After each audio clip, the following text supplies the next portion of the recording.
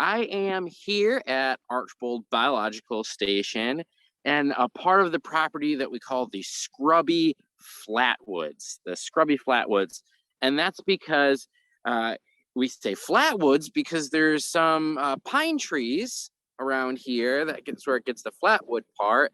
And then scrubby because there's a lot of little oak trees and bushes and that type of thing too. So this is our scrubby flatwood.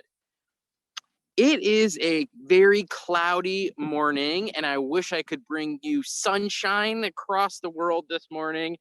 But what we lack in sunshine, I will try to make up for in positivity. I wish you could be out here with me because there are a lot of birds here this morning. Maybe my microphone will pick up some of them as I'm walking around. I don't know. But when I first showed up, there was a family of Florida scrub jays that came in. They were squawking at me. I was watching red-bellied woodpeckers do their thing on the trees around here. There were some eastern towhees hopping around. So even though it's a cloudy morning, life still happens out here and is going on all around me. When I look out here, it seems so beautiful to me. But it does occur to me that when someone else sees some of these same things behind me here, they might not think the same thing. I'm gonna put my camera back here. You can see right behind me is a big dead pine tree.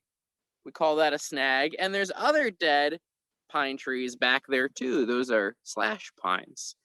And I've had people come up before and visit Archbold and say, or if that was my house, I would, make sure I'd cut those down because they look ugly. But you who are on this science field trip, I bet know at least one reason why we might want to keep these up here. Now, we have the chat function there in Facebook and on Zoom, and please use that chat throughout this whole thing. Put any observations that you see, or as I ask questions, you can answer them. So I'm just going to throw that one out to you. Why would we want to keep dead trees? Especially since some people don't even think they look good. So I'm going to look for that in the chat. And we'll see if anybody guesses any of the reasons. Now let's get a little closer to this big dead tree right here.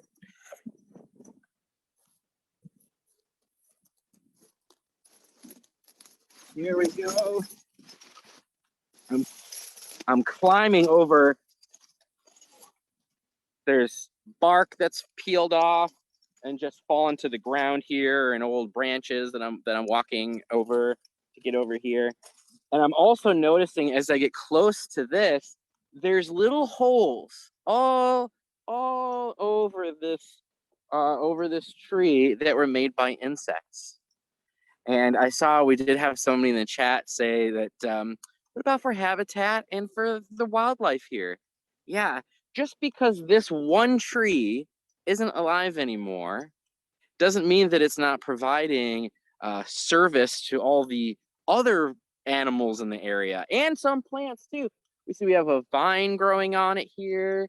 We have Spanish moss hanging down, living on this tree.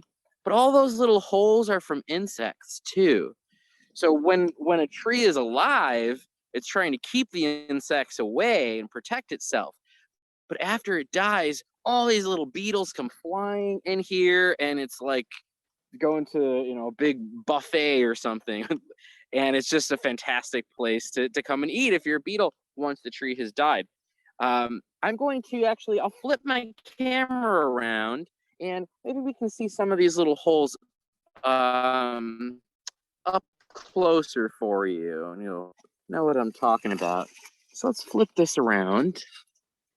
And here we go. There's my finger for size. These little holes, those are not from woodpeckers. These are very small holes. These are from insects.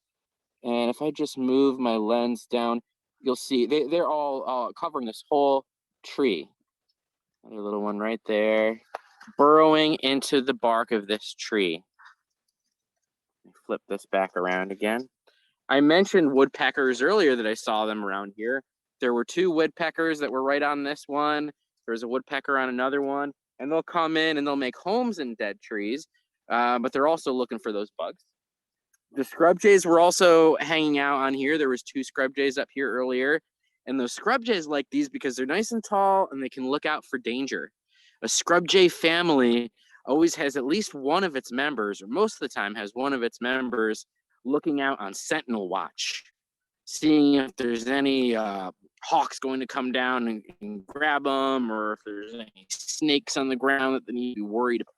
So this is a great place for that. So here's another question for you. What is this tree made out of? When we see all these plants out here and wood out here, what is it made out of, and where does the energy come from? I want to talk a little bit today about food chains and energy. Now, when I look out here, it's almost like I'm seeing a whole field of solar panels. There's no solar panels, but there's a lot of leaves everywhere. And those act like solar panels, and they're taking the light energy from the sun, and they're converting that energy and storing it in sugars. So they're taking light energy and they're soaking up water and combining those things and making air, oxygen for us, and they're making energy for themselves, which is pretty amazing. They're taking that air, particularly the carbon dioxide, what we breathe out, and some of that they're putting into the wood. About 50% of this dead tree right here is actually made out of air.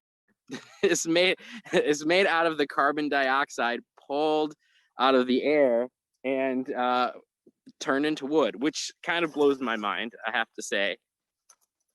So that's the beginning of the food chains, the plants that are making their own food using photosynthesis. And when I say energy, I mean it real specifically. I don't just mean like energy like, oh, I want to run around. When scientists say energy, they're talking about certain kinds. In this case, we're talking about light energy, then getting transformed and harvested as sugar. Okay, we are going to go to our guest, Elan, and I'm pretty excited to hear what she's been up to in the plant ecology lab. Hi, everybody. My name is Elan Tran. I'm just going to pull up my presentation really quick. Okay. Yeah, so I work in the plant ecology laboratory, but I also am doing some work on mushrooms, and so that's what I'm going to go over today. So this presentation is a brief introduction into mushrooms, and let's get started. Okay, so what many of you may know is that mushrooms are part of a fungus, but you might not know that below the mushroom, there's something that grows called mycelium. And mycelium is kind of like the roots of plants, but it's thinner and harder to see. And so the mushroom and the mycelium together make up the fungus. You can't just have a mushroom on its own. And the mushroom is really important because it produces something called spores, which are kind of like the seeds of plants, so they can disperse in the environment and then grow into a new fungus. And so because the mushroom produces these spores, we call it the reproductive structure. Okay, so these are some pictures that I have taken in the field here at Archbold, and you can see the diversity of mushrooms just in these 4 photos, right? So they're different sizes, shapes, colors, and that kind of leads me to my next point, which is that mushrooms look like a bunch of different things. They come in many shapes, sizes, and even smells. And you can usually tell them apart by their color, their growth pattern, the substrate, or what they're growing on, and their abundance. So if you look at these pictures, you can see how each one is a different color, but you can also see how they're growing in different ways. So the yellow ones are growing in a really tight cluster, whereas the brown one is isolated, it's growing alone. The red ones are growing close, but not as close as the yellow ones. And the orange ones are scattered throughout this log. And so that actually leads to the next way that mushrooms can differ, which is what they grow on. And so the orange ones are growing on a decaying tree, whereas the other ones are just growing directly in the soil. And then the last thing I wanted to touch on was abundance. So when a fungus does produce mushrooms, depending on the fungus, it'll produce them in a different amount. So you can see the yellow ones, there's a bunch of them, the same kind of with the orange, whereas with the brown and the red, when it does produce mushrooms, it produces a fewer number. Okay. So just like mushrooms can look very different, they also can eat different things. And so mushrooms obviously don't have mouths, they're not going to pick up a hamburger and eat it. But how they eat food is by absorbing nutrients from their environment. And so there's three main ways they can do this, which can be categorized into the saprotrophs, the mycorrhizae, and the parasites. And so saprotrophs obtain nutrients from decaying matter. So that can be like dead trees, plants, and sometimes dead animals. And so moving on to the next one, mycorrhizae, they obtain their nutrients from the interactions they form with plants. And this is pretty cool. So the mycelium of the mushroom will interact with the roots of plants, and they can trade nutrients between themselves to help feed each other. And then the last one are the parasites. So this is kind of similar to mycorrhizae because they form associations with other organisms, but instead of trading nutrients, they just steal them from the other one, and they don't provide anything in return. So three major ways that mushrooms obtain nutrients, or three major types, are the saprotrophs, the mycorrhizae, and parasites. I also wanted to touch on the life cycle, which I kind of mentioned briefly, but so this shows that the mushroom is producing spores, which will disperse, and they start to grow into hyphae, which eventually makes up the mycelium, and then the mycelium will produce a young mushroom that eventually matures into a mature mushroom and starts the process over again. Okay. And so my last slide, I just wanted to go over what I'm doing at Archbold right now. So I am helping to curate the fungal herbarium. And so what that means is I'm going to places on the Lake Wales Ridge, which is in green on the map here. And I'm collecting mushrooms and preserving them in a giant dried collection. And so this is going to help us to document the diversity of mushroom producing fungi on the Lake Wales Ridge. And it will also serve as a resource for future scientists to come and study. And I've been having a great time doing it. And so I just wanted to thank you all for listening. And with that, I will turn it over back to Dustin. Thank you, Elan. That was really cool. I've heard the phrase "wood wide web" used before to talk about all the mycorrhizal fungi. So that stuff is so cool. Yeah, all right, it's incredible. Thanks for doing that. And we have a video of her we'll show in a few minutes too, so you actually see how she's collecting mushrooms, which is going to be pretty cool. I showed you that dead /pine, so I thought, okay, well, it wouldn't be fair to not show you this beautiful teenage living /pine right here. They stay their first few years pretty small down towards the, just kind of maybe even mistake them for grass if you're walking past them. And then they start shooting up really fast, and you can see how long their needles are, very long needles. Okay, check that out. And these are a type of plant that does not have flowers. Pine trees are conifers. They have cones. They do not have flowers. But even though it is mid-December, there's not a lot blooming, we do have some plants blooming out here. There are flowering plants and there's non-flowering plants. And then we've got the mushrooms, which is like not even a plant or an animal, it's its own thing. Here, this one, if you walked by this, you would think, oh my gosh, it almost looks like cotton, something like that, like little cotton balls on this tree, on this bush here. This is a salt bush. Sometimes it's called that. The scientific name is Baccharis, and it has all of these little flowers on here that it's pollinated by the wind. So some plants are female. This is a female plant, this whole one here. And then other plants are male and they have a different kind of flower than this one. Let's take a close up here. There's a lot of dew on these little water droplets, so it should look pretty cool up close. Let's see what these look like. Yeah, they almost look like cotton or hair, cat hair or something like that. And they don't need insects to come in here and try to pollinate them. And if you look at them, I think it would be pretty hard if you were an insect if you wanted to try to get in there.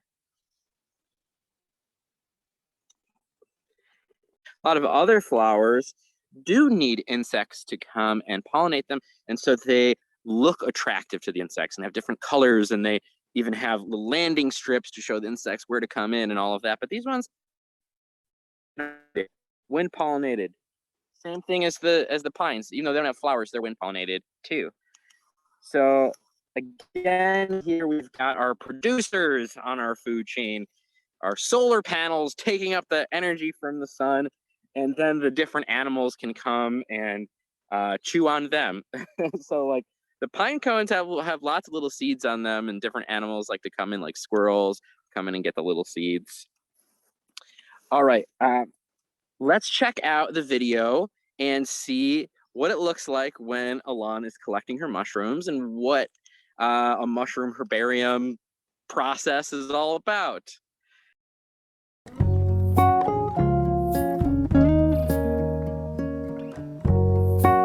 Hi guys, I'm Elan and we're going to go over the process of collecting specimens in the field.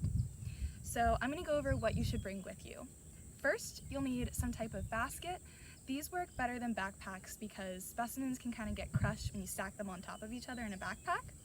And then inside your backpack, you're going to need either wax paper bags, or you can also use cleaned out old yogurt containers or really any type of Tupperware.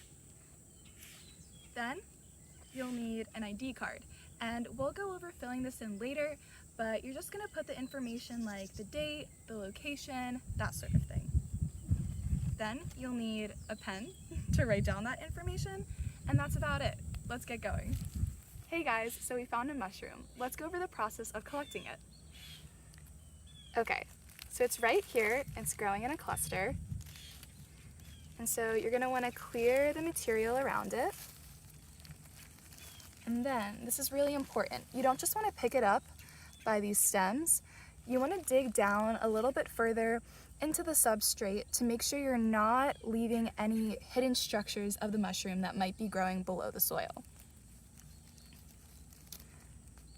So it actually looks like this one is growing on a branch. It's not even in the soil. Okay.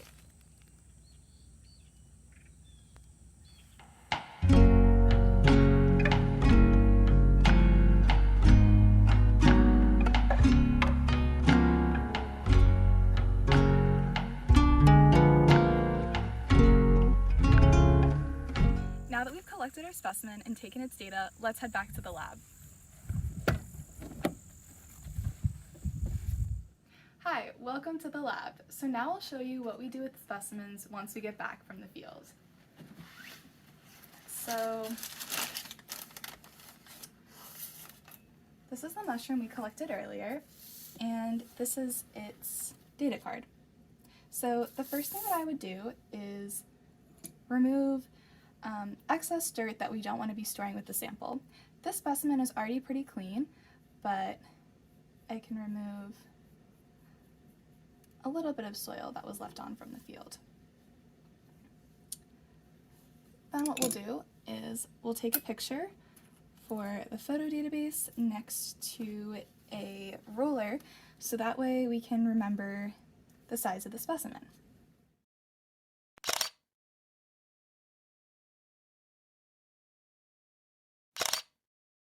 So now that we've taken pictures, there's two last steps.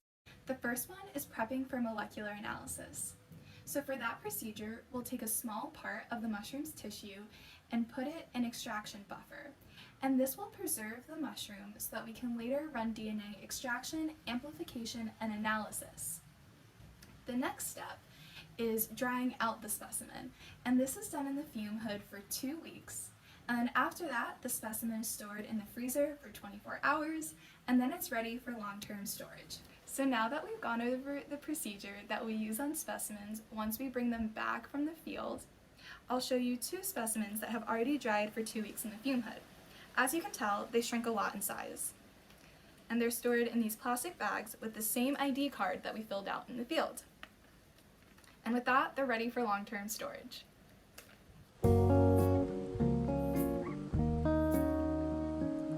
Alright, thanks for learning about mushrooms with me today. Bye! Oh, that was fantastic. So cool. And I want to give a shout out to our videographer, Katie, who's our education intern who's hosting this Zoom meeting right now. That was her first video and it was amazing. Well, when I was looking at those salt bushes, I was a little suspicious because I was thinking, this is a plant that likes wet areas.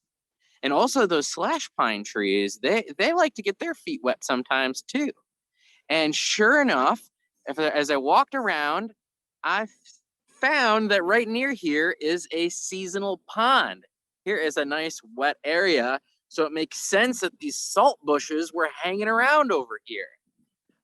Let's go check this out a little bit. I will switch my lens around and I'm going to just walk through these palmettos here. So you can join me. This will probably be a little bit of a bumpy ride, but here we go.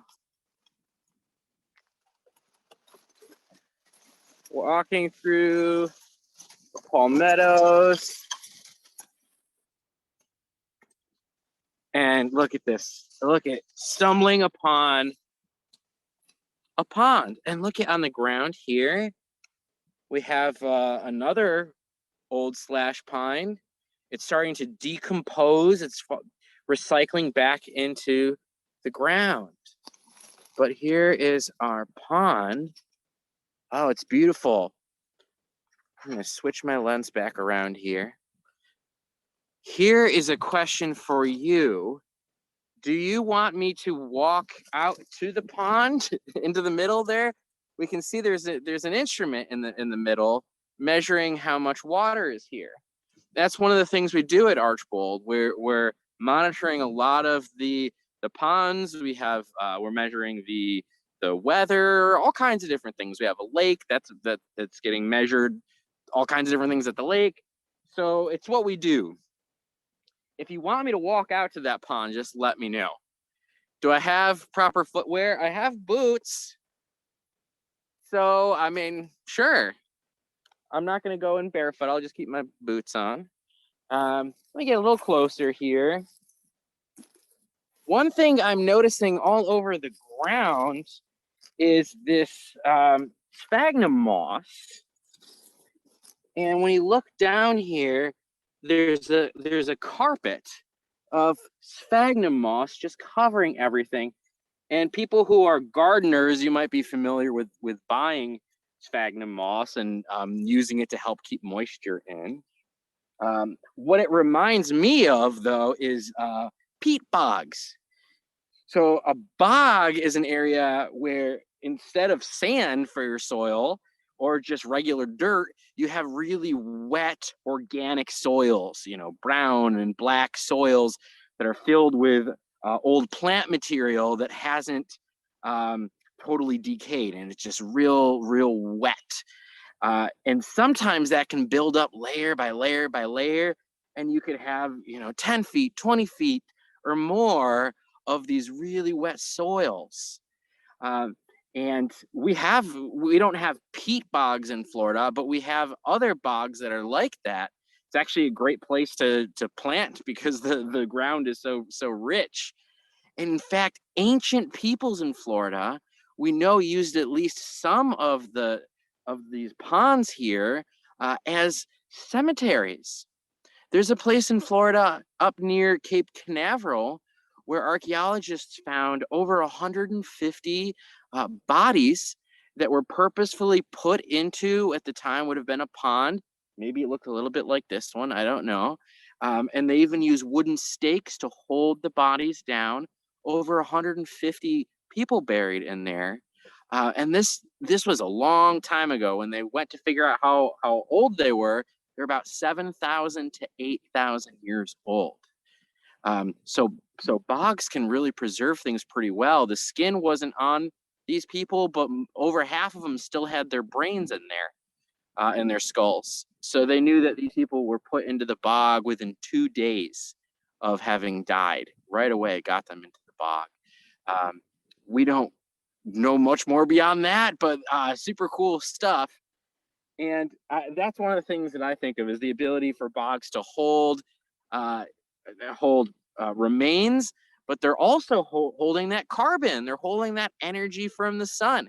And in some places where they don't have many trees, if they need to release that energy and they don't have a tree of wood to burn, they'll actually cut out part of the ground. They cut out chunks of black bog muck, and they burn that in their stoves instead of wood, which is pretty amazing. So all of this organic material, all these bits of plants are storing all of this energy from the sun, and we can use that energy by burning it. The only problem with that is once it's burned up, it's gone.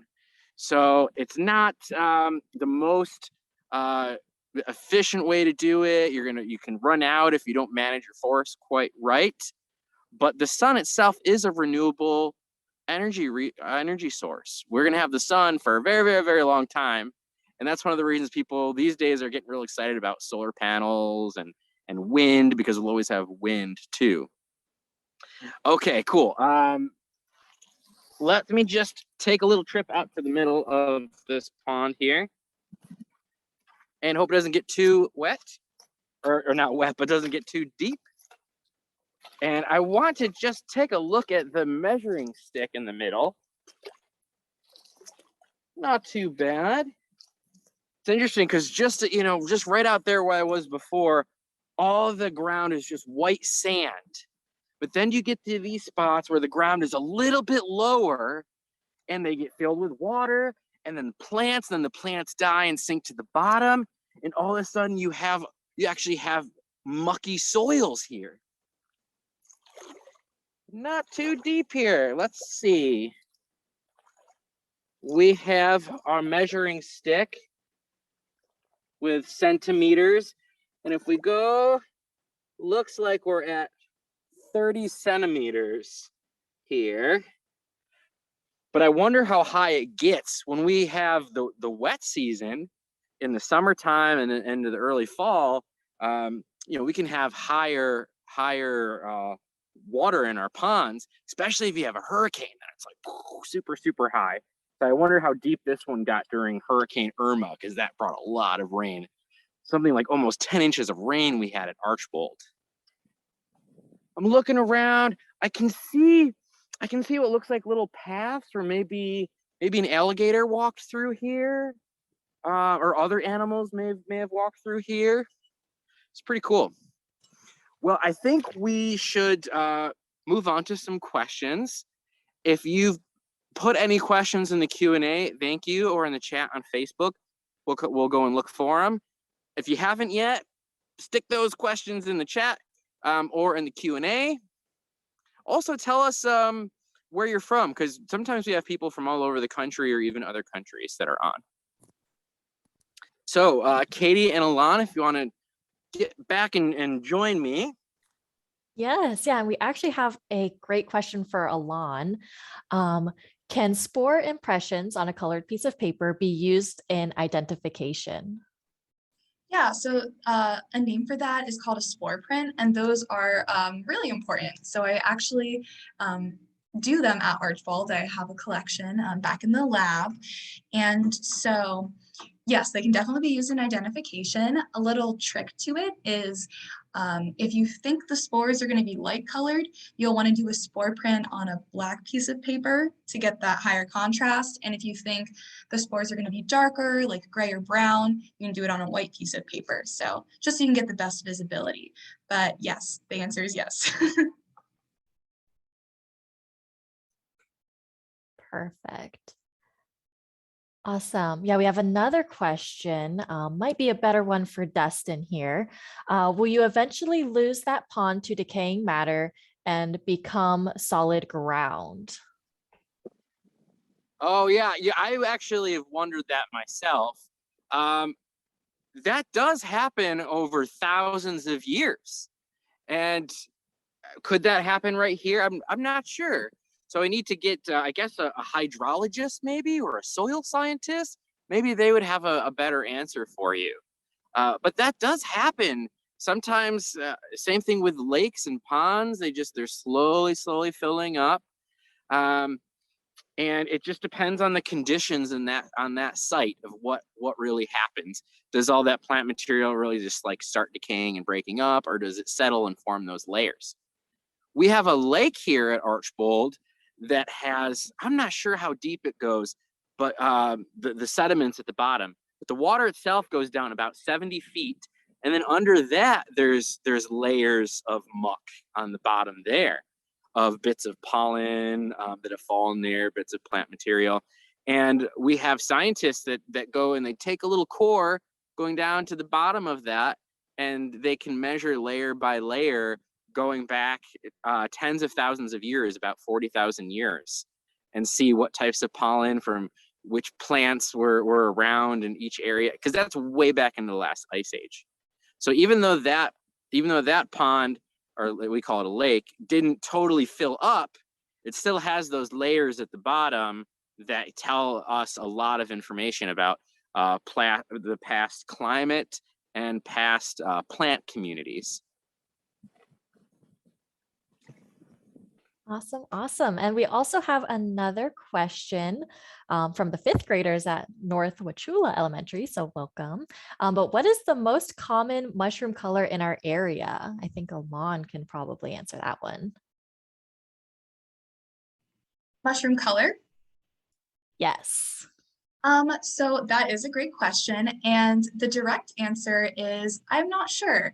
That's one of the reasons why we're putting together this fungal herbarium at Archbold, is just because a lot of the fungi here just haven't been studied.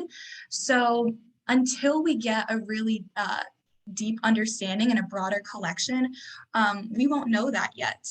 I will say, within my own experience in the field, I most often see probably any shade of brown, and also white is pretty common.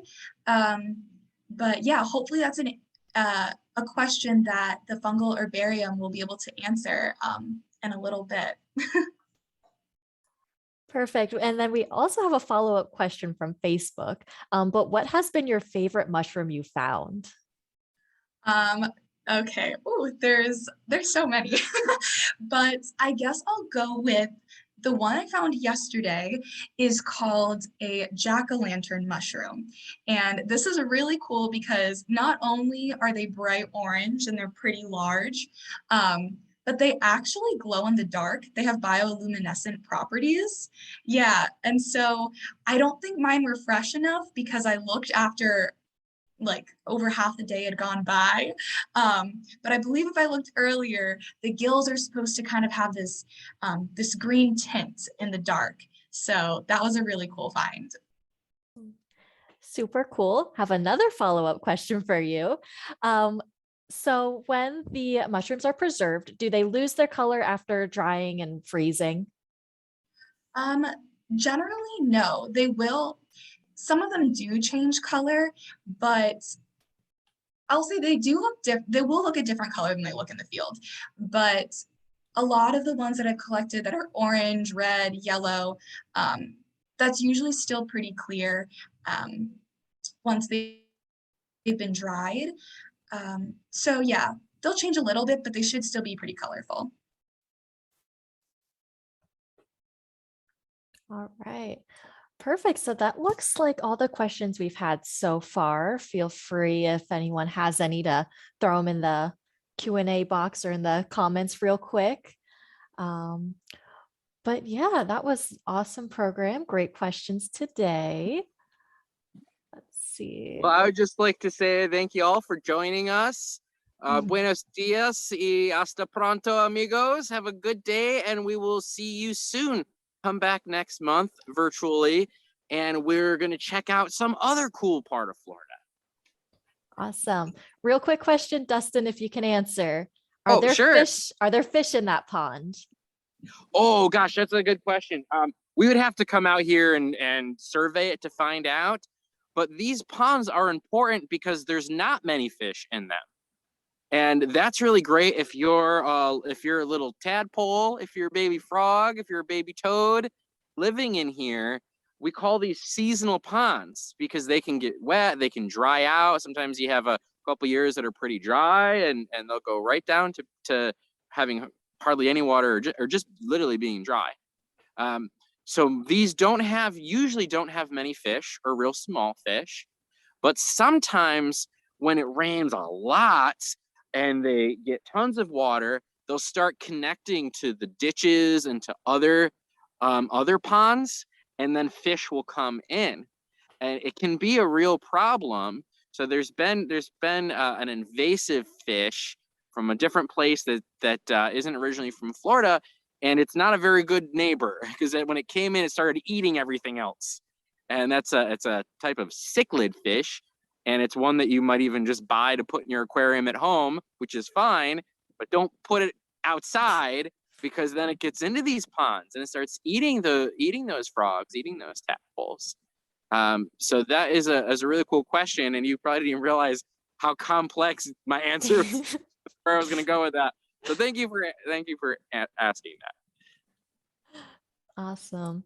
All righty. So I think that's all for today. So thank you all for joining in, and have a good rest of your day, everyone. All righty. Bye-bye.